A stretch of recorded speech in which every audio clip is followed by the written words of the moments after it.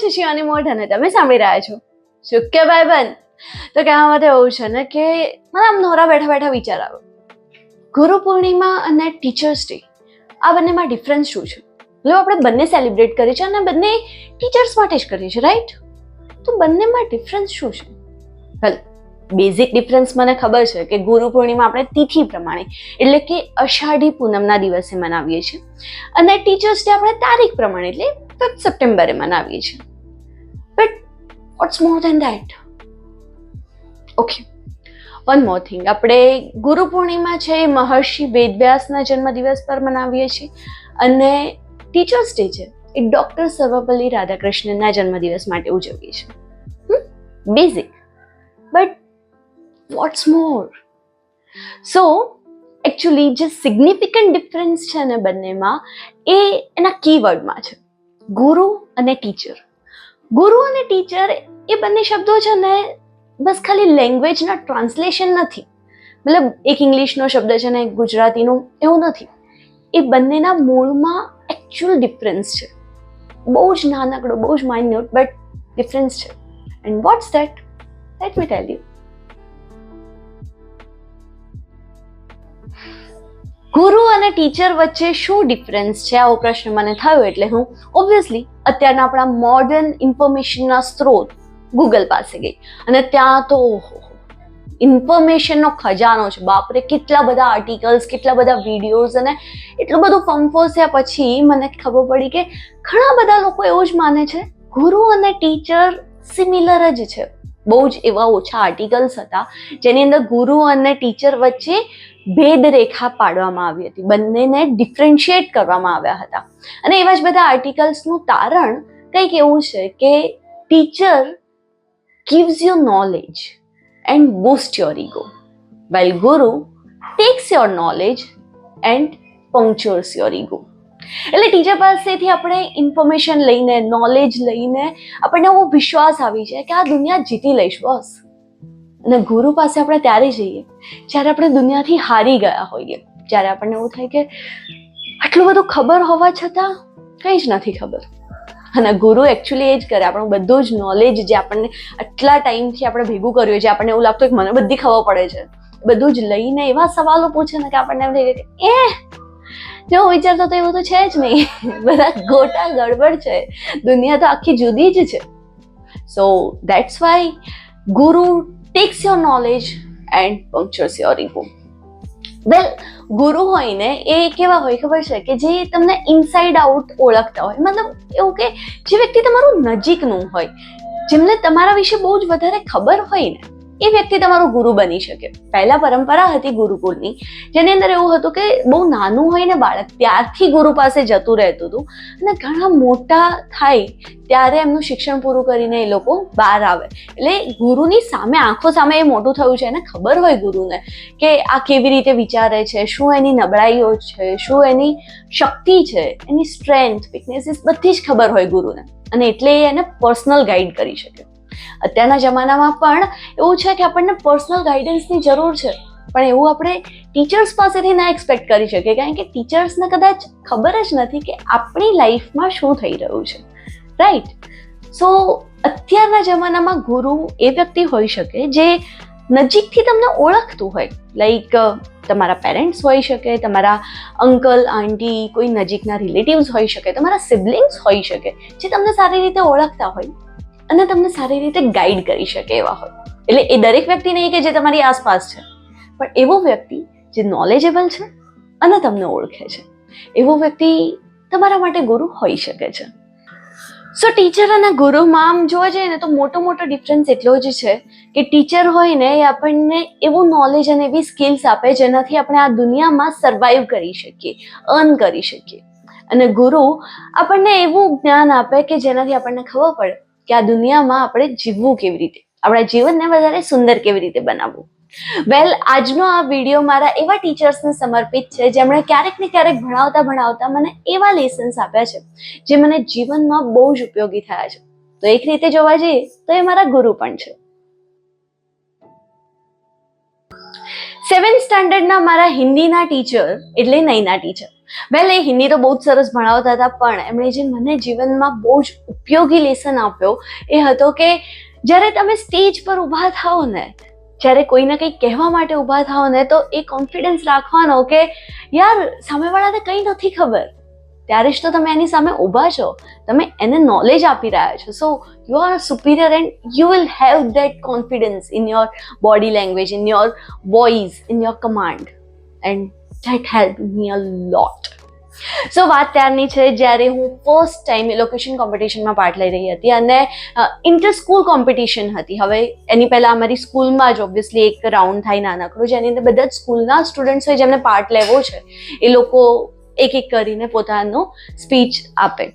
મેં પણ મારી સ્પીચ આપી, પણ કેવું હતું ને કે એ સ્પીચ મેં સ્ક્રિપ્ટિંગ બહુ સરસ કર્યું હતું, પણ બોલતા મને નહોતું આવડતું. લાઈક હું રીતસર ધ્રુજતી હતી, એટલી ખરાબ હાલત હતી મારી સ્ટેજ પર ચડ્યા પછી. બટ સ્ટીલ નૈના ટીચરે સિલેક્ટ કરી મને કે આનું સ્ક્રિપ્ટિંગ તો બહુ સારું છે, એને બોલતા હું શીખવાડી દઈશ.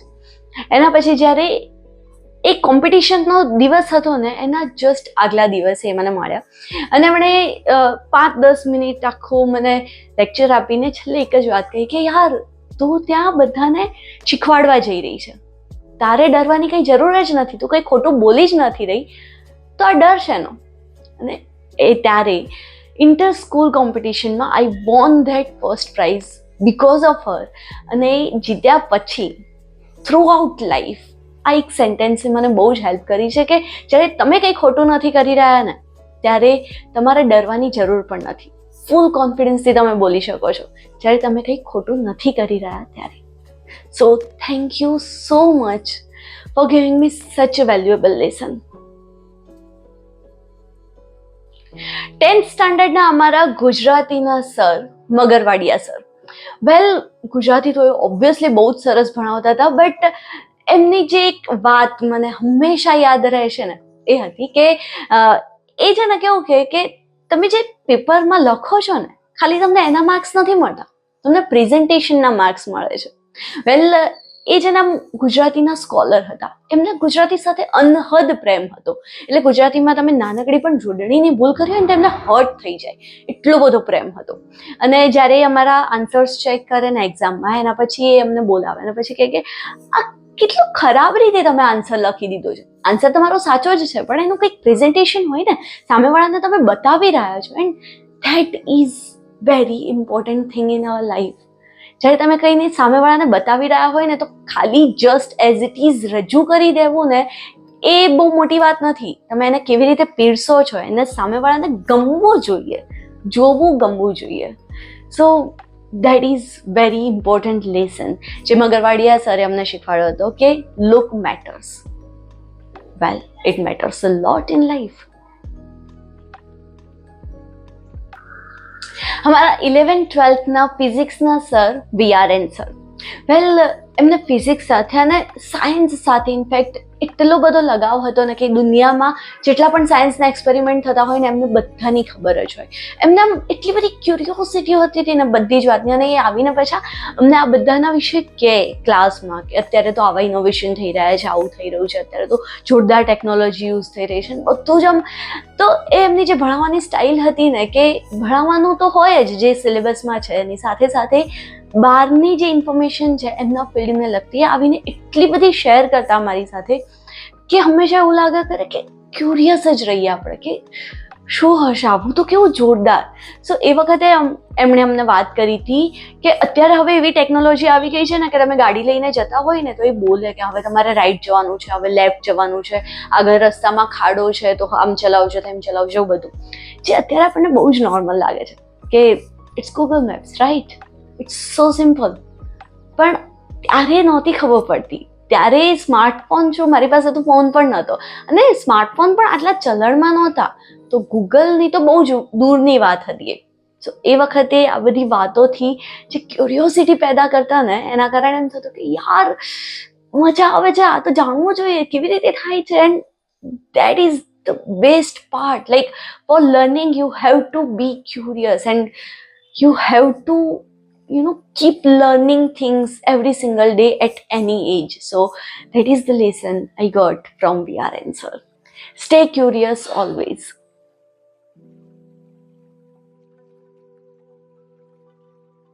Now last but not the least, કેમેસ્ટ્રીના અમારા સર યુબીડી સર એ હંમેશા એવું કહેતા કે make interesting things boring and boring things interesting. Confusing right? Well, explanation કંઈક એવું છે કે જો તમારે સક્સેસ થવું હોય ને કોઈ પણ જગ્યાએ, તો એ સબ્જેક્ટ તમારો ગમતો હોવો જોઈએ, રાઈટ? તો જો તમારા માટે ઇન્ટરેસ્ટિંગ સબ્જેક્ટ હશે તો તમે એને ભણી શકશો, અને એના પછી તમારે એને એટલું બધું ભણવાનું, એટલે પ્રેક્ટિસ કરવાની ને કે તમારા માટે એ બોરિંગ થઈ જાય, એમ થાય કે હવે બોર થઈ ગયા. પણ જ્યારે તમે આટલા બોર થઈ જશો ને એ સબ્જેક્ટથી કે એ એક્ટિવિટીથી, ત્યારે જ તમે એમાં એટલા માહેર થઈ ગયા હશો કે એ તમને ધાર્યા પરિણામ આપી શકશે. And now the second part of the line, make boring things interesting. જ્યારે તમે બોર થઈ જાઓ ત્યારે આપણને એવું થાય કે છોડી દઈએ, હવે કંટાળો આવે. That's human nature, right? કે આપણે બોરિયતમાં આવી જઈએ એટલે આપણે એ એક્ટિવિટીને છોડી દઈએ છીએ. પણ સક્સેસફુલ થવા માટે તો કન્સિસ્ટન્સી જરૂરી છે. એન્ડ ફોર ધેટ એવું છે કે જ્યારે તમને એવું લાગે ને કે હવે તમારે ગમતા કામમાં બી બોરિયત આવવા લાગી છે, તમને ગમતી એક્ટિવિટીમાં બોરિયત આવવા લાગી છે, તો નાના એવા વેરિએશન કરવાના કે જેનાથી એ એક્ટિવિટી ચાલુ રહે, પણ એ વેરિએશનના કારણે તમને ઇન્ટરેસ્ટ જળવાયેલો રહે. So that's why make boring things interesting. એ વખતે અમને ઓબ્વિયસલી 12th એક્ઝામ માટે એવું કહેતા હતા કે જો તમે સવારે કેમેસ્ટ્રી લઈને બેઠા હોય, તમારો ગમતો સબ્જેક્ટ છે કેમેસ્ટ્રી, ઓબ્વિયસલી એમના માટે એવું જ હતું કે કેમેસ્ટ્રી બધાનો ગમતો સબ્જેક્ટ હોય. સો જો 12th એક્ઝામ હતી અને એમનું એવું કહેવું હતું કે જો તમે સવારે કેમેસ્ટ્રી લઈને બેઠા છો, કંટાળી ગયા છો, તો એવું નહીં કે પછી સાવ મૂકી દેવાનું, ભણવાનું નહીં મૂકી દેવાનું.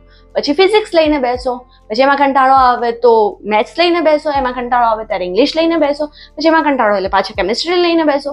સો સ્ટડીની જે પ્રોસેસ છે, ભણવાનું છે ને, એ તો ચાલતું જ રહેવું જોઈએ. સબ્જેક્ટ્સ ચેન્જ થતા રહેશે તો ચાલશે. And with that you will be able to score higher. But this theory actually લાઈફમાં પણ અપ્લાય થાય છે. So I will always say કે make your interesting activities boring and boring things interesting. આમ જોવા જઈએ ને તો મારી લાઈફમાં આવતા દરેક ટીચરે મને કંઈકનું કંઈક શીખવ્યું જ છે જે મને લાઈફ ટાઈમ યાદ રહેશે. અને ખાલી ટીચર જ શું કામ, મારી આસપાસના બધા જ લોકો, મારા પેરેન્ટ્સ, મારા ભાઈ બહેન, મારા ફ્રેન્ડ્સ, એ બધાએ પણ મને કંઈક એવું શીખવ્યું છે કે જે મને કાયમ જ યાદ રહેશે. કદાચ એમને ખબર પણ નહીં હોય કે એમણે મને શું શીખવ્યું છે. સો thank you so much for teaching me lots of things in my life and giving me the aura and personality that I have right now. Thank you so much for that. By the way, તમારી લાઈફમાં કયા એવા લોકો છે જેમની પાસેથી તમે ઘણું બધું શીખ્યા છો, જે તમારા માટે લાઈફ ટાઈમ લેસન્સ છે? Do share your reviews with me because it really feels nice. બાકી મને તો એમ લાગે છે કે આપણી આસપાસ આવતા દરેક વ્યક્તિમાંથી આપણે કંઈક તો શીખીએ જ છે. શું કે ભાઈ બન?